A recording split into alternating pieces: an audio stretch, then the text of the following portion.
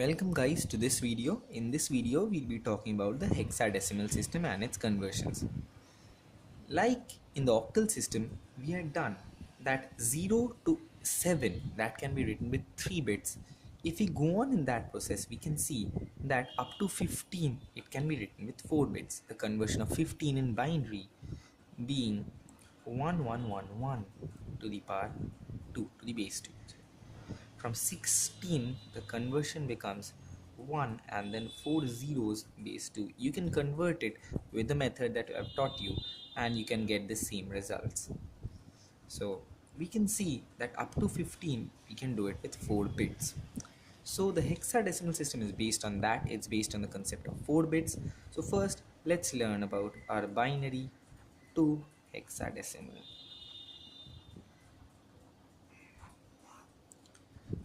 So in our binary to hexadecimal, we say for sake we have a number called 1011, 0110, 0111, 1011, make 10.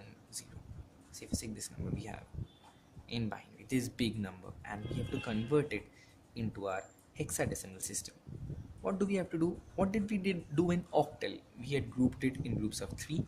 Here we'll just group it in groups of 4 because we can see that in hexadecimal system we take 4 bits at a time. So these 4, then these 4, followed by these 4, these 4, these 4, and we can see we have only 2 over here. So what do we do? In like say for sake we have a number called 10. If we add 2 zeros in before it, does it make any difference? No.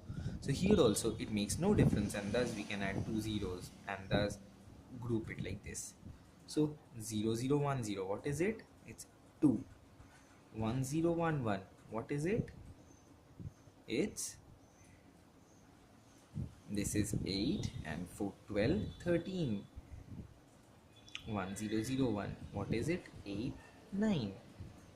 1111, 8, and 4 12 13 14. 1101, this gives me 8 and 4 12 and 1 13, and this gives me 4 5 6. So this is the converted number that we have got. Now we need to know something in this system. Up to number 9 it's called 9. 10 it's represented with A, 11 as capital B, 12 as capital C, 13 as capital D, 14 as capital E, and 15 as capital F. So here we get it as 2, D, 9, E, D, 6. So our finalized number becomes 2D9ED6 and base of 16. Thus we have converted our binary number into our hexadecimal equivalent. Now we'll do the reverse, that is we'll convert a hexadecimal number into our binary number. Let's say we'll take the same number 2D9ED6.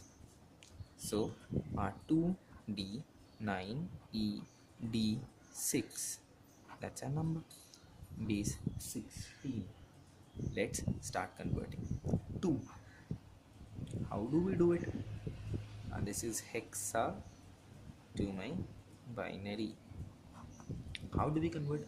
The same method that we used in octal. That is, in octal what do we used to do? We used to represent it in 3-bit format. Here we'll do it in 4-bit format.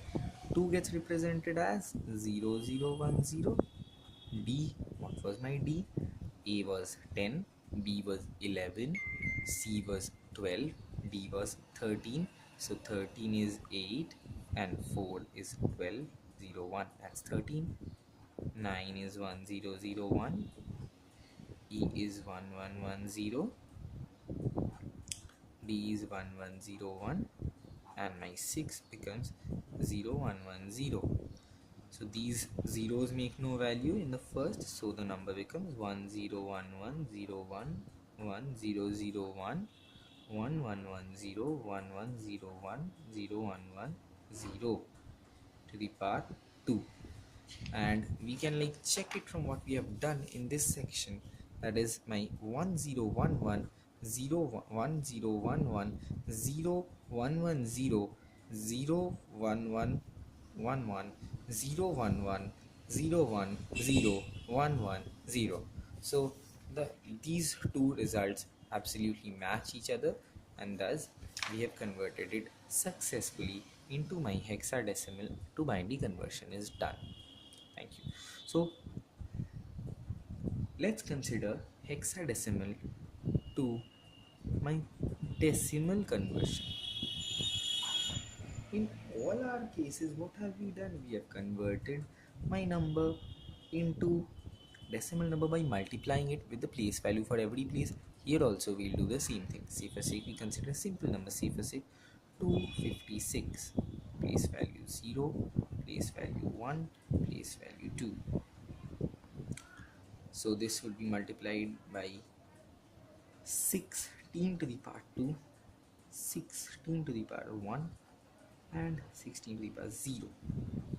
16 to the power 2 is 256. 256 multiplied by 2, that gives me equal to 512. 16 to the power 5, that gives me 80, right? 6 5 is 30, 5 1 5 6 1 8, and this gives me my 6. So my final number becomes addition of all of these, and my final number thus becomes 592 and 6, that is my 596 to the base 10. So we have converted my hexadecimal number into my decimal number, right? And for the reverse procedure, what should we do? We have to convert a decimal number into a hexadecimal equivalent. Say the number given is 596 base 10. Remember, in the other processes of binary and octal, what did we do? We divided it with the place value and checked the remainders and thus calculated. Here also we'll do the exact same thing. 596 divided by 16. 16 threes are it's 48, and 48 gives me a remainder of 116, and that gets divided by, say, 116 into 3 gives me 48. 59 minus 48 gives me 116. That is again divided by 16.